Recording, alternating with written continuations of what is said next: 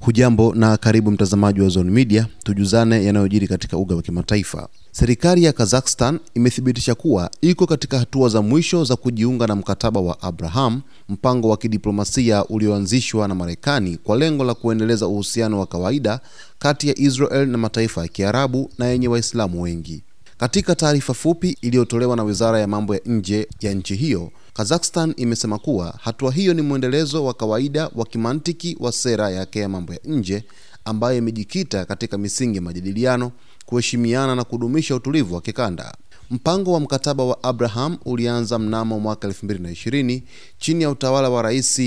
wa Marekani Donald Trump, ambapo mataifa kadhaa kama Falme za Kiarabu, UAE, Bahrain, Sudan na Morocco yalitia saini makubaliano ya kuanzisha uhusiano wa kidiplomasia na taifa la Israel. Hata hivyo, Kazakhstan tayari imekuwa na uhusiano wa kidiplomasia na Israel kwa takribani miongo mitatu tangu kuvunjika kwa Umoja wa Kisovieti. Hatua ya kujiunga rasmi na mkataba wa Abraham inatarajiwa kuimarisha zaidi ushirikiano wa kiuchumi, teknolojia na usalama kati ya nchi hizo.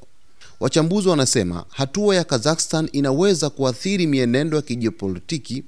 katika Asia ya Kati, nafasi ya nchi hiyo katika Umoja wa Nchi za Kiislamu OIC na mwelekeo wa mazungumzo ya kimataifa kuhusu mzozo wa Mashariki ya Kati. Katika mataifa ya Kiarabu na nchi zenye Waislamu wengi, mataifa kadhaa yamekuwa yakipinga mkataba wa Abraham kwa kiasi kikubwa sana, ikiwemo taifa la Iran ambalo linaona mkataba huo kama ni unyonyaji wa mataifa ya Kiarabu na mataifa yenye Waislamu wengi kutokana na sera za kimagharibi ambazo zimekuwa sio rafiki katika mataifa ya Kiarabu. Taifa la Iran limekuwa likilaani mkataba wa Abraham chini ya Rais wa Marekani Donald Trump, likisema kwamba mkataba huo una lengo la kuinufaisha Israel na kukandamiza mataifa yote ya Kiarabu yaliyopo katika ukanda wa Mashariki ya Kati na mataifa yenye Waislamu wengi. Sasa taifa la Kazakhstan tayari limethibitisha kwamba lipo katika hatua za mwisho kujiunga na mkataba wa Abraham ambao utakwenda kuimarisha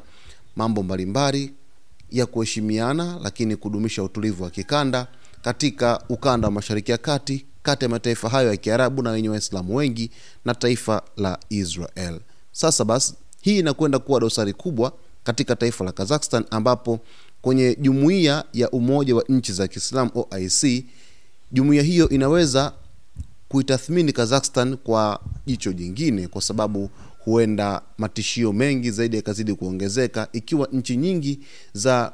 Kiarabu na nchi zenye Waislamu wengi zitajiunga na mkataba wa Abraham ambao kila uchwao Rais wa Marekani Donald Trump amekuwa akishinikiza kwamba mataifa hayo yanapaswa kuweza kujiunga ili kuweza kudumisha amani na taifa la Israel na kuepuka uchochezi wa machafuko mengi katika ukanda wa Mashariki ya Kati.